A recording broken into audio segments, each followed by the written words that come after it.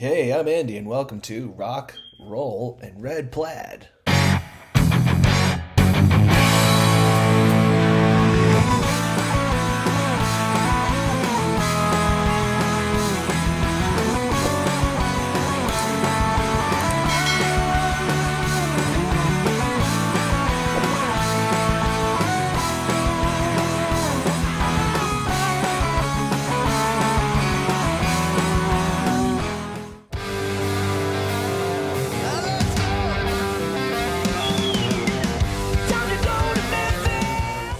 Tonight, Stone Horse's frontman John Allen joins us on Rock, Roll, and Red Plaid. I have known John and his multiple bands for over 10 years now. From SR-71 to Charm City Devils, up till now with Stone Horses. We have a lot of ground to cover. Let's get to it.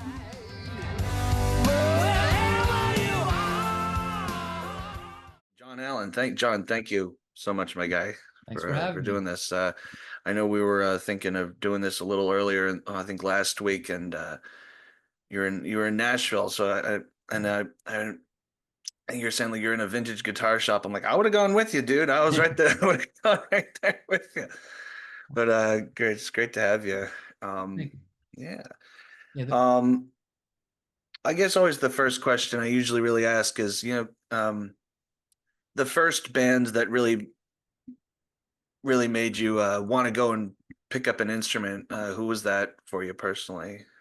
Um, well, my parents, neither one of them played an instrument, but they always had music around the house. My mom was always singing around the house when she was cleaning and stuff. Love it. Um, but and they had like Beatles 45s, and they Mm-hmm. had I remember a Beach Boys 45, Mm-hmm. and but for me, probably what really made me want to do this and set me on this career path was probably Kiss, Okay.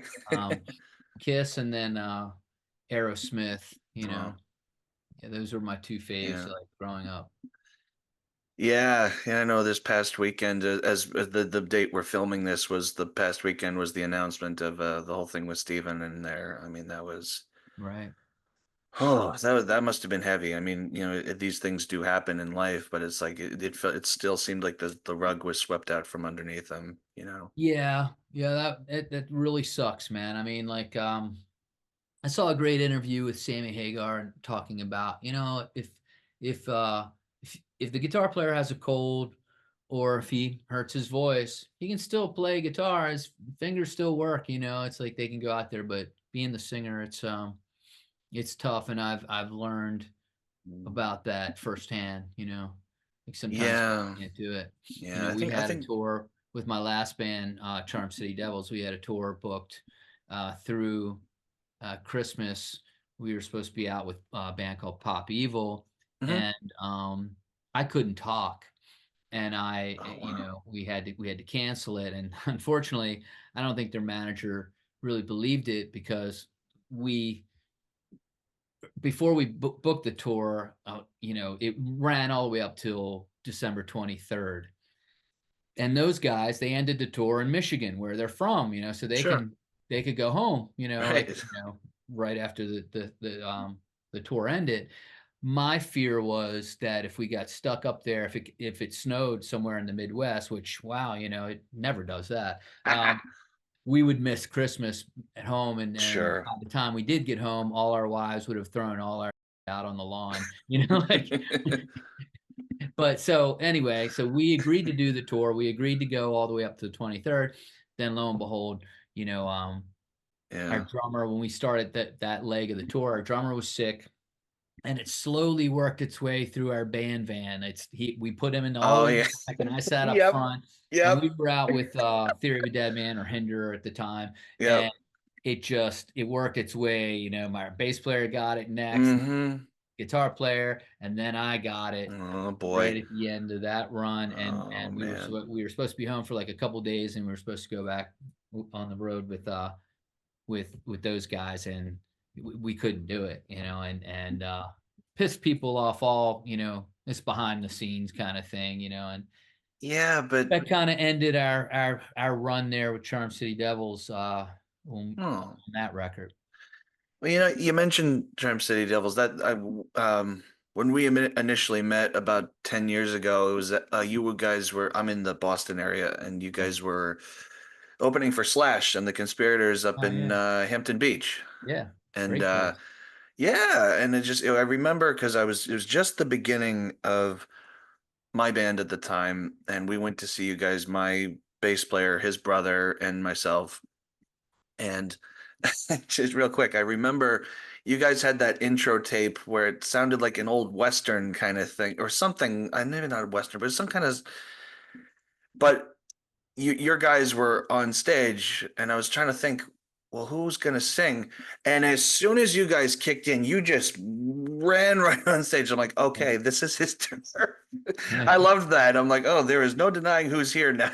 Hmm. My question for that being is like, how do you I guess, of course, you want to be respectful to the headliner act, especially if it's a bigger act, but also make sure people walk away going, yeah, Slash was great, but who are those opening guys? Yeah. That was because you guys made an imprint. And I went and bought the Sins album, which I still have, and Mhm. I was just playing before I came on here. So Cool. really great, Yeah. great record. Well, uh, I don't know.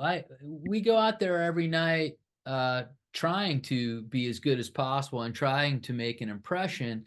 And if we push the headliner, I think that's a good thing because I've had Mm. opening bands where I've sit back there, I'm going, those guys are tearing it up out there. So we better go out and kick some ass, Get to it. And certainly Slash doesn't they don't he doesn't have to worry about No, our little no. old band from Baltimore. Um, those guys were so great and they were so gracious to take us out with them on that run. They were speaking of Aerosmith, they were starting the Aerosmith tour, and because of the Aerosmith tour taking Mm. so many days off, they would only do, I think, then maybe 2 days on and then a day or two off. So Yeah, Slash was opening for them, but then he had all these openings, he had all these these pockets holes of time. in his calendar. Yeah. And so they put on headline shows all the way across the United States Mhm. with him doing, and we actually got that tour, and we were out with him, working our way across the United States and up into Vancouver and then back Yeah. again. So that was a really great experience. But yeah, I don't know, like we go out every time I go out, and I pull the whole frontman thing and get the crowd into it and try to get the crowd singing and all that stuff. And maybe I am pissing people off. I don't know. I mean, I'm not trying to, you know, I don't, it's, I think when you go out there, you just try to be as good as you can be on any Right. given night. I wouldn't pull back, hold back anything, and I wouldn't, No, uh, just go through the emotions. I've seen some people do that, no. and it's disappointing, man, to say the least. I've seen it very, up close and, Right. uh, you know, personal. I'm kind of remembering the Henry Rollins quote where it's like I think when he was doing Rollins band, they opened for Iron Maiden. Mm. That's a tough one Yeah, because they're there to see one band, as he was saying. yeah, He's like, then you're not in that band. At least he no, wasn't. He's like, oh, ooh, that it's a very different thing too, stylistically. I it think is. I was that'd be a surprised to tough hear one. that. Yeah, kind Hmm. of. Sorry, go ahead. Yeah, Yeah. Um, taking back for us. Oh, actually, I have a couple questions here. I want to talk about because you got the kit back there. I was yeah, the illustrious oh, yeah, drum kit there. yeah, I doing some research that you had played in SR-71, yeah. and it was funny because a quick little thing too is that my friend Tyler would always play I Want You to Want Me, but it only took me a few times around to realize, wait a second, this isn't the original version. He was Huh? playing you guys' version the entire time. Yeah. And I'm like, well, that's it. And I guess going between behind the kit to being up in the front as a frontman now, as you are, differences between doing that. I think of you and Dave Grohl as the only two people who have successfully pulled both of those off. Well, Really, in all honesty. Depends on your Um, definition of success, I guess. well, I mean, I doing it well, I'd say, okay. that's a, no, I'd say so. I'd say so, my guy. I always describe myself as the poor man's Dave Grohl. Oh, come on Yeah. now. I just think you guys are both fantastic examples of Thank you. pulling that up. No, for sure. I guess there are certainly, Yeah. yeah. I mean, It's huge. unless you're Tommy Lee, who can play behind there and do that whole acrobat thing and be like, "Who's the Yeah. drummer back there?" Yeah, I mean, I used to. I just had to. I had to apologize to the very first singer, the band that I, very first band that I was in, because I used to give him so much. Like I was, I was like, God, man, come on, like be cool, say cool stuff, like get the crowd into, work the crowd, and I'd be sitting back there, I'd be yelling. I remember one night he had his friend's band open for us, and he had a brain fart. He couldn't remember the name of the band. I'm back behind him screaming the name of the band, and he was just in his own world. But Yeah. the reason I apologize is because now that I'm out front, it's so different. Like when you play your drum kit, and there are different size stages, and sometimes you might not be able to, have all your real estate, but it's very rare. I would stake out my turf, and this is my kit, guys, and I'm playing. Now I know where that cymbal is. I don't even have to Oh look. yeah. You know No, where no. everything is every night. It's the same thing. As a Hmm. front man, you get out there. Every stage is different. Like Hmm. it can be treacherous. Sometimes, especially opening acts, we would get like little, so much, so little room on Little, stage. yeah. And sometimes I would jump off the stage there'd be bass bins out front. Yep. Sometimes those are like wobbly or got extra things on it. So that's one thing you got to contend with. But then, oh yeah, I got to sing well. Oh yeah, I've got to interact with the crowd. Oh yeah, yeah, yeah. Oh, don't fall off the stage. There's another, factor. It's like, Guilty. yeah, I mean, I have too, but I landed right on my feet. But That's good. no one got a video of any of the mishaps. I mean, maybe I'd Oh. be more famous. So I have to work on that. I'll have to fall off the It'd stage be, when it'd be a when YouTube highlight cameras reel. aren't on. Yeah. Um, one one more quick thing about the SR-71 stuff, and then we'll move into the more current stuff. Is I was again doing my research, and sometimes Wikipedia isn't always, or any online stuff isn't always accurate. So maybe Right. this is. Did you have any writing in the 1985 Yeah. song? Okay. Yeah. Mitch and myself, we Hmm. wrote that. I remember sitting at my kitchen table, my 2 or 3 houses ago, you Hmm. know, brainstorming lyrics and Sure. stuff. So that was a huge hit, and it keeps Wow. on going. Kelly Clarkson just did it on her TV I show. saw that. Yeah. Just signed off on another one, so she's going to do it again, I think. That's awesome. Yeah, it's really cool. Yeah. I thought that song would be over and done with, 10 years ago. I Wow. figured, it would have its, peak and then boom. But it's still there are guys on the internet doing new versions. I think the one is 1999. They I changed saw that lyrics too. to. So yeah, it's like the Energizer bunny, man. It just keeps The on. gift that keeps on giving. Yeah. Yeah, that too. Yeah, my goodness. Fantastic. But moving to the present, because like when we just came on, you were writing more stuff. Mhm. Stone Horses, which Yes. I was just listening to some of that. I listened to Free the other day. Love it. Cool. Loving it.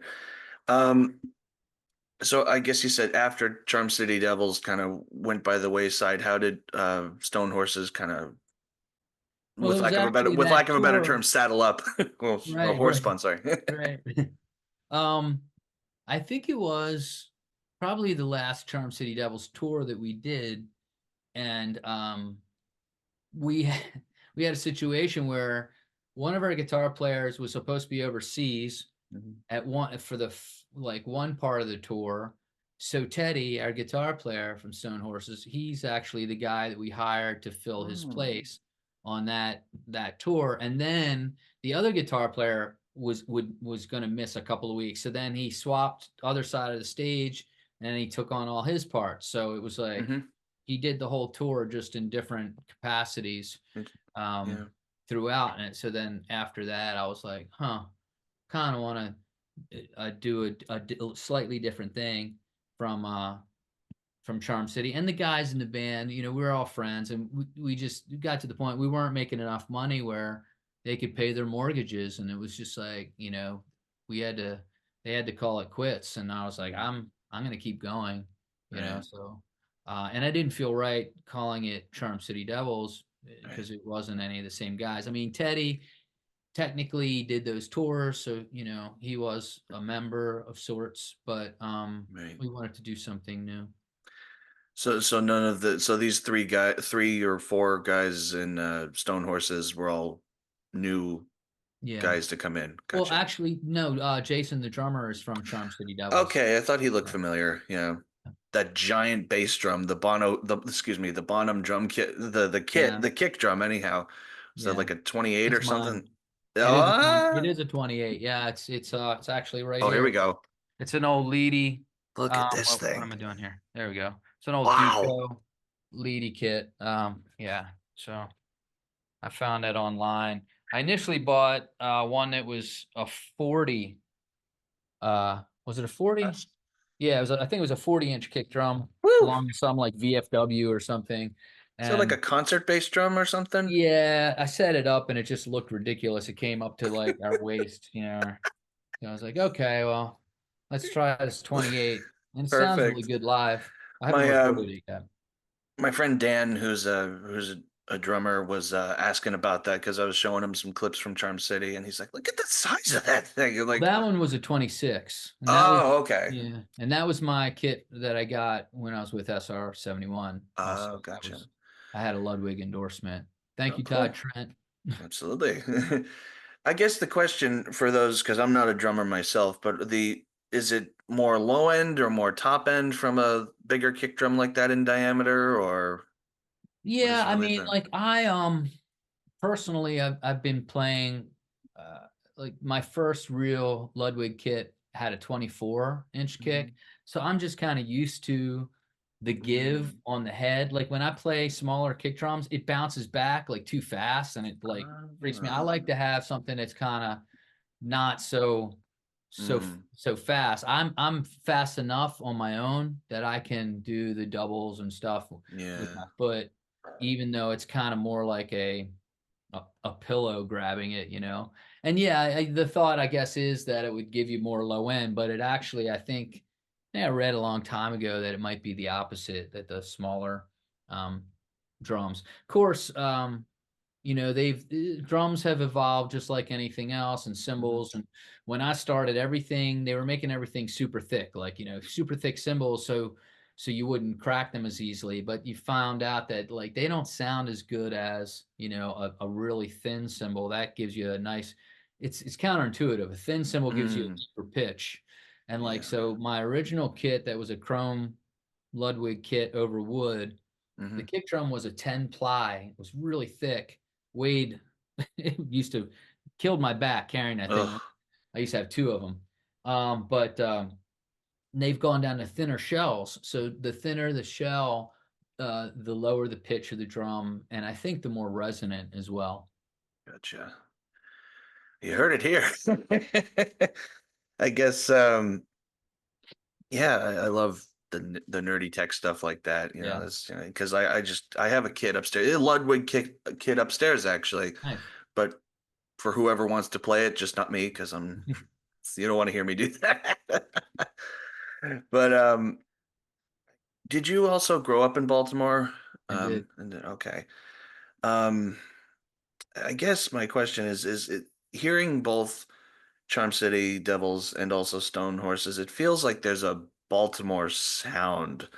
And Yeah. by that I mean like it seems like it may have uh what I guess I'm asking is the vibe of the city everywhere you come from kind of affects seeming to me anyhow it affects your songwriting. I mean, I guess did any of that kind of creep into your Yeah, I think so. I think you're right. I think you know, Maryland is a border state, right? And so to people down south, we're Yankees, to, to the Northerners, we're Southerners, right? We've got this weird accent from Baltimore, which is a combination of like a Cockney English because of the harbor.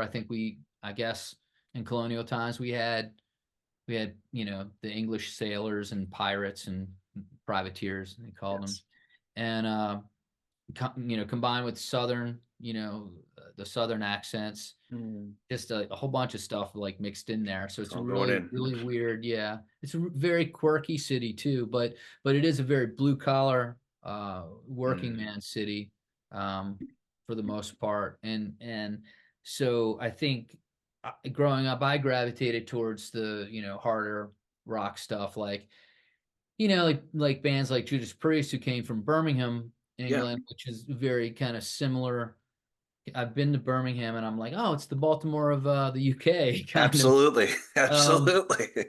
and I think that half of Zeppelin came from there. So I Mm. mean, all that kind of harder blues rock stuff Mm. that really I'm into.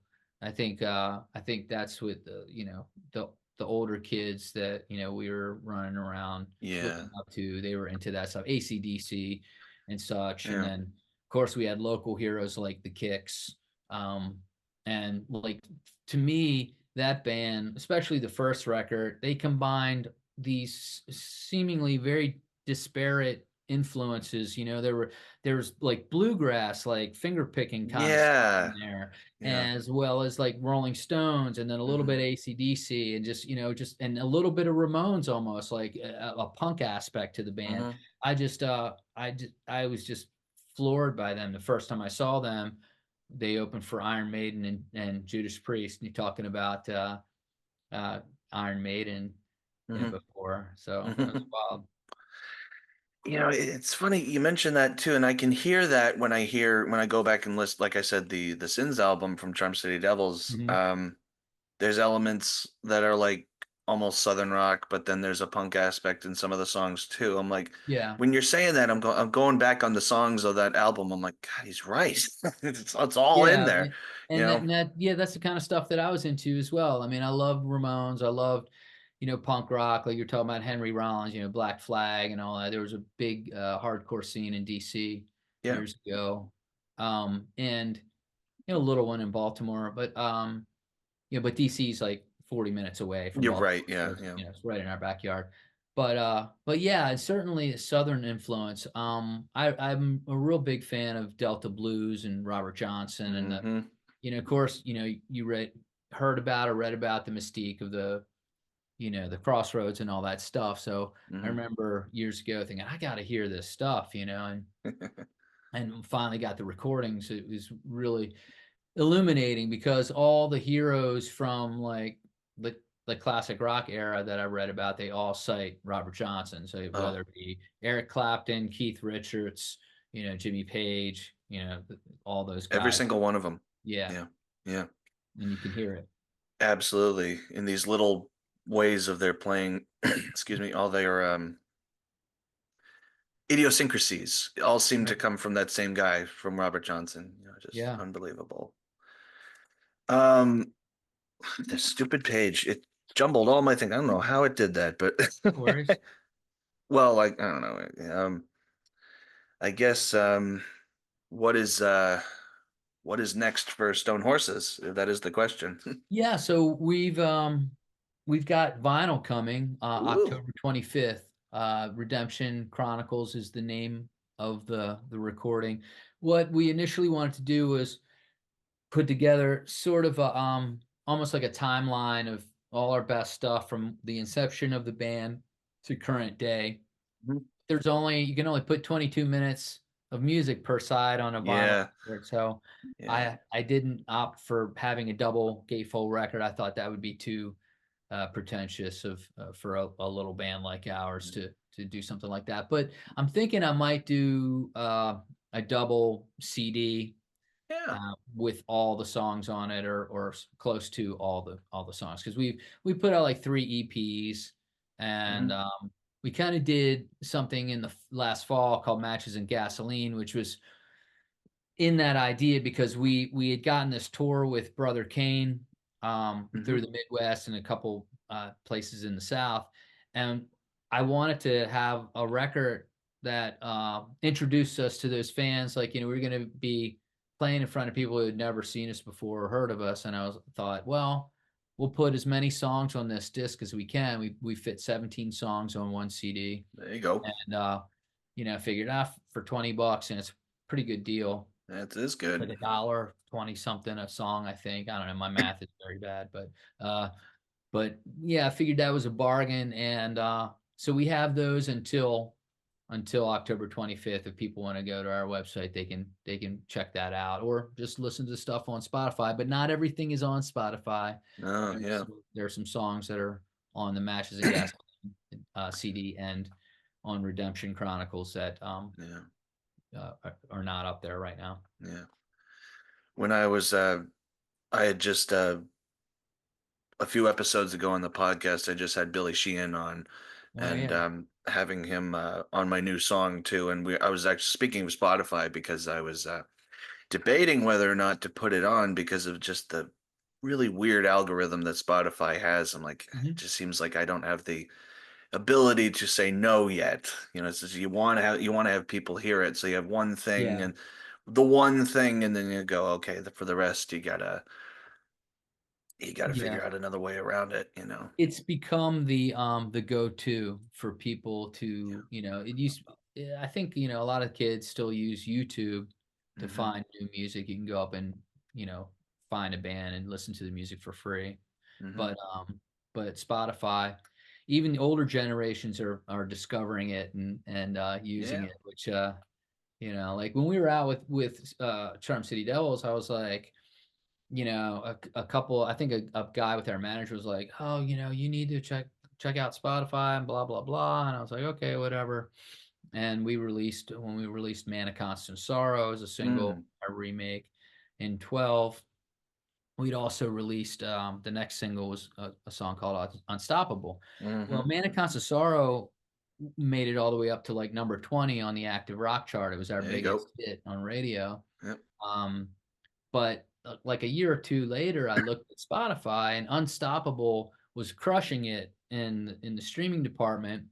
And the only thing I could figure out is Unstoppable was used for WWE, one of their special uh, Yeah.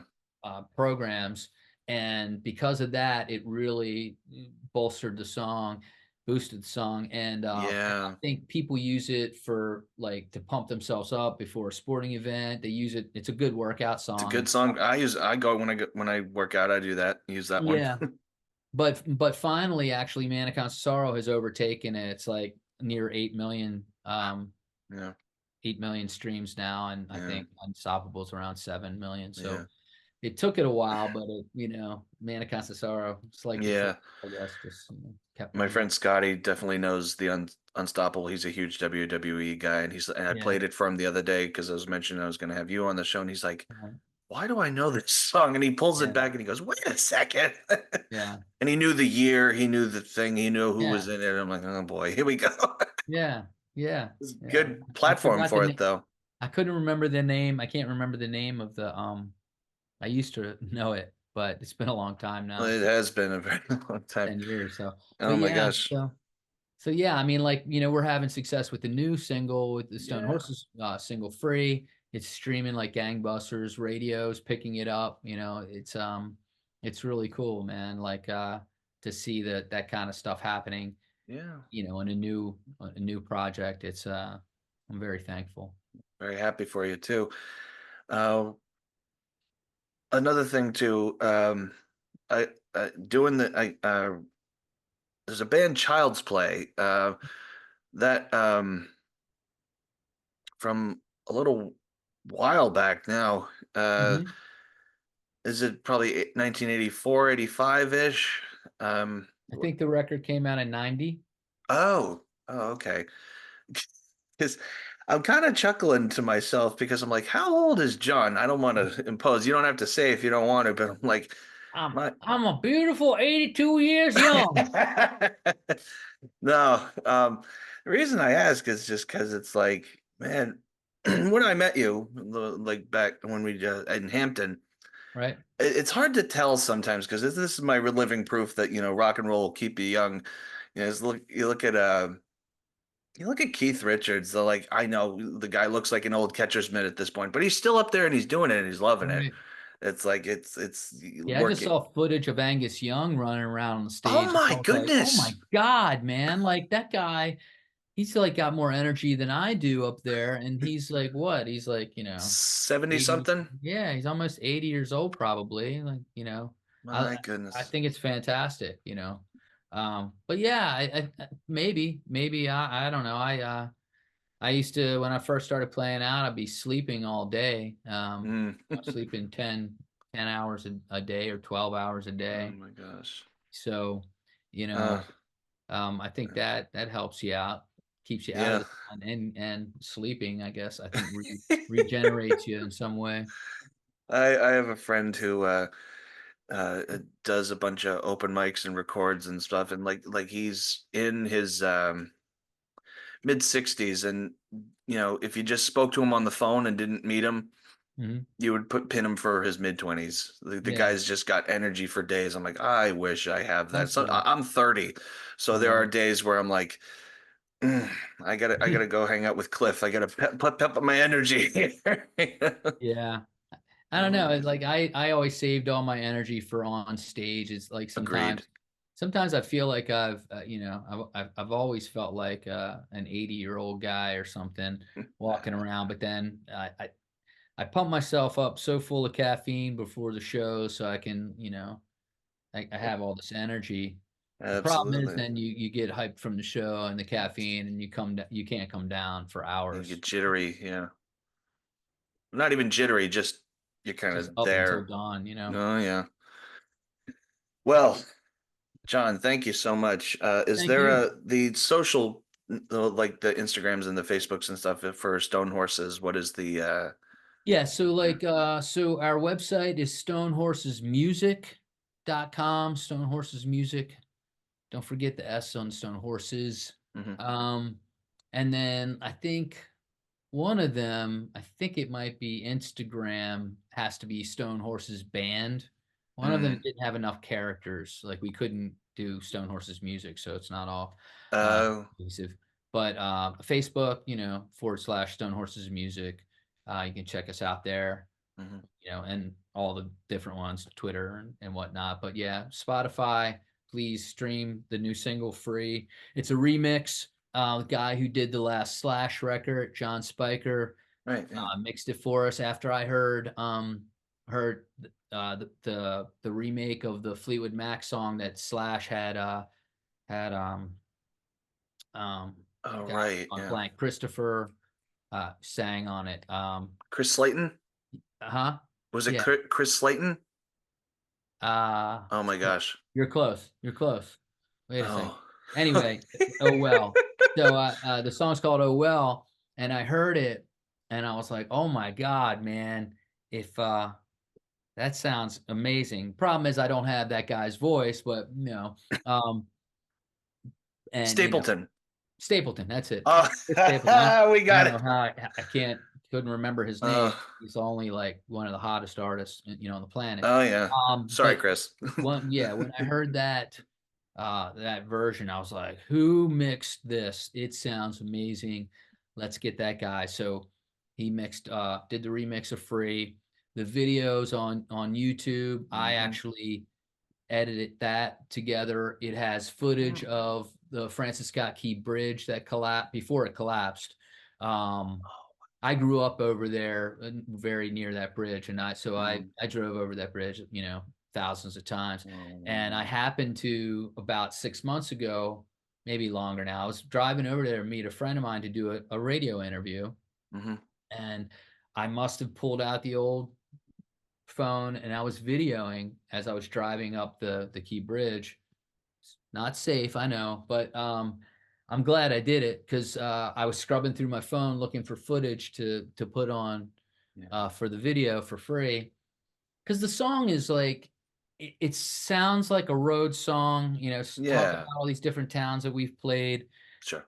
But in essence, it's kind of a hidden love song. It's about, like missing the person that that you're with and your family. I've got little shots of my daughters in there Oh, in the video. very But good. but yeah, I was so glad to find that Key Bridge footage, and there's a bunch of stuff, and there's footage of us having a drinking contest with Greta Van Fleet on their tour bus when we did a show with them, Perfect. and so it's all good times, man. Very good. So yeah, so please, y'all go check out our stuff, man. It's straight up rock. Perfect. John, I cannot thank you enough. Thank you, It's been man. great to see you again, and hopefully it'll be sooner than later. I hope so too, Come up, man. I want nope. to get back up there to Hampton Beach, man. Oh yeah, Great crowds up there. plenty of good places in between Boston, New Hampshire, anywhere up there too. So, John, Hell yeah. we'll talk to you soon. All right, take care. For more of my original content, visit my website, www.andyconley.com.